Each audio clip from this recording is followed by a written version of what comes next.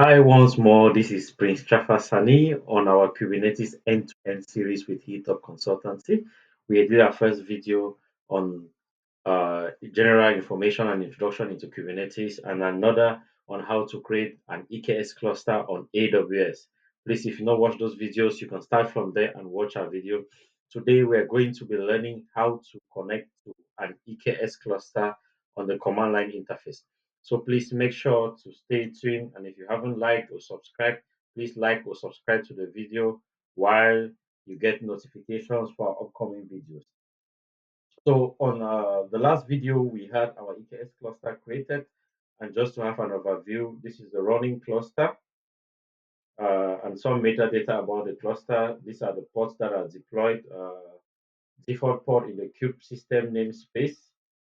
This is the number of nodes running, which are managed by the node group, which is also an extension of the Kubernetes or AWS resource for auto scaling group. So we have two nodes running, two EC2 instances. If you want to see them, you can see them on the EC2 tab, and they are in ready state or checked passed.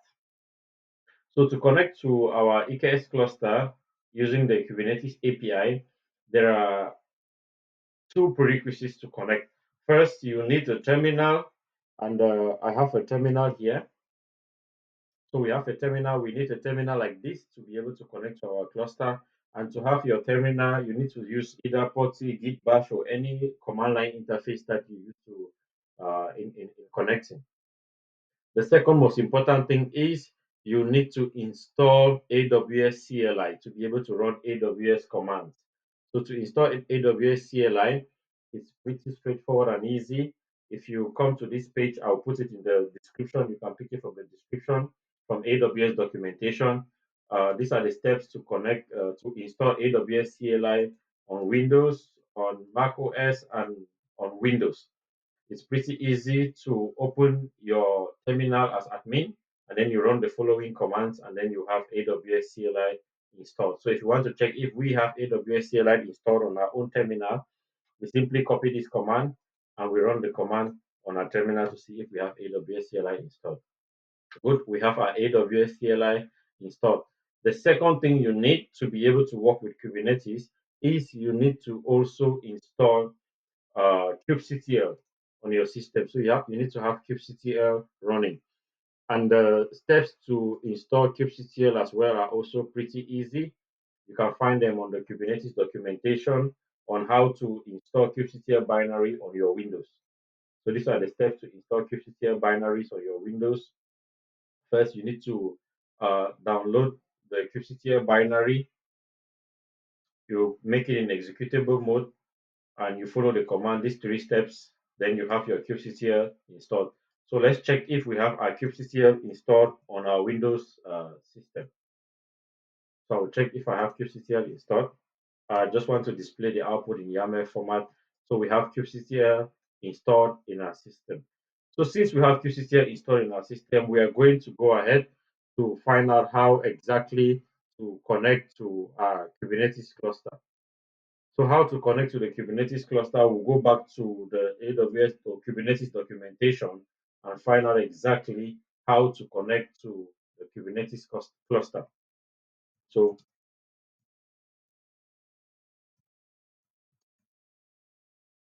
so how to connect to an EKS cluster. So we can check from AWS documentation how to connect to an EKS cluster. So we find a command here on how to connect to an EKS cluster. Configure your compute to communicate with your cluster.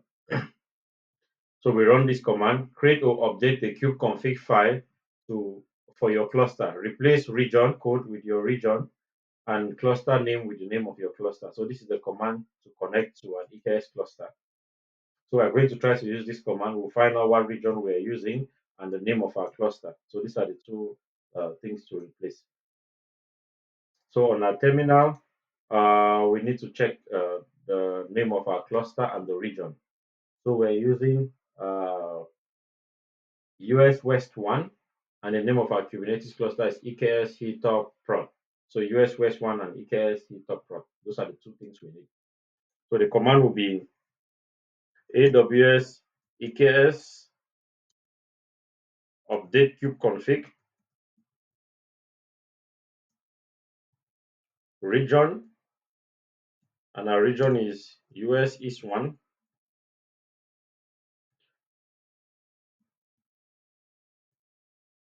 and the name of our cluster is EKS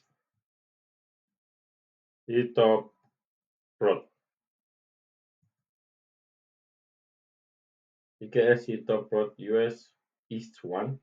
I hope I have that right. Yep, US West 1, sorry.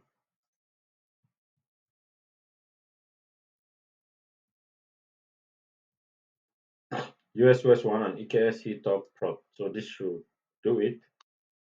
And you run enter. So this should have updated our kube config file. And if you want to see if this works, the first thing on Kubernetes is if you go to the Kubernetes cheat sheet, it's also a very important documentation to find your way. I'll put this all in the course description. This is the Kubernetes cheat sheet. So it has a lot of information. If you want to see your config, you run this command to see the config file we just updated. So this is our config. It has this is the cluster information, EKS heat top prod. So this is the metadata, the certificate, and some other information about your Kubernetes cluster.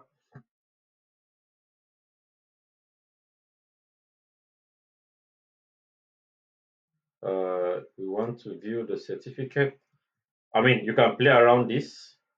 There are many more things you can do. So these are the certificates attached to our Kubernetes cluster.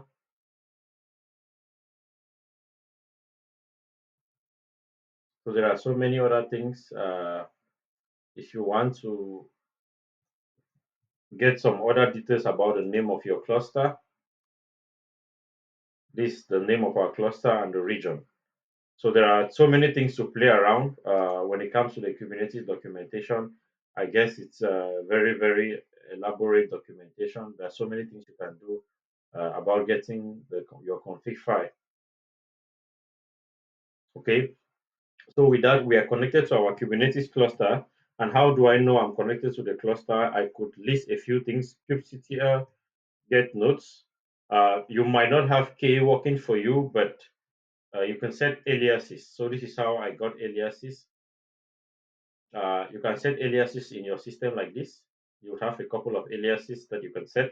I think in my system, if I list aliases, I should have a couple of them.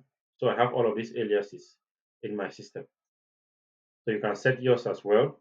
So if you do kubectl get nodes, we want to list the EC2 instances that are part of our cluster. So we have two EC2 instances that are part of our cluster. kubectl get namespace. We want to list the namespaces that we have as default. So we have the default namespace, the kube list, the kube public, and the kube system. So kubectl get ports. We want to see all the ports in our Kubernetes cluster. So these are all the ports in our Kubernetes cluster, and we see they are in the kube system namespace, and they are all in running state. So this is it about connecting to your Kubernetes cluster. Please try that and tell me if it worked for you. And see you in the next video as we start deploying resources on our Kubernetes cluster. This is very important that you like, you subscribe, and watch out for more videos on our Kubernetes series. Thank you.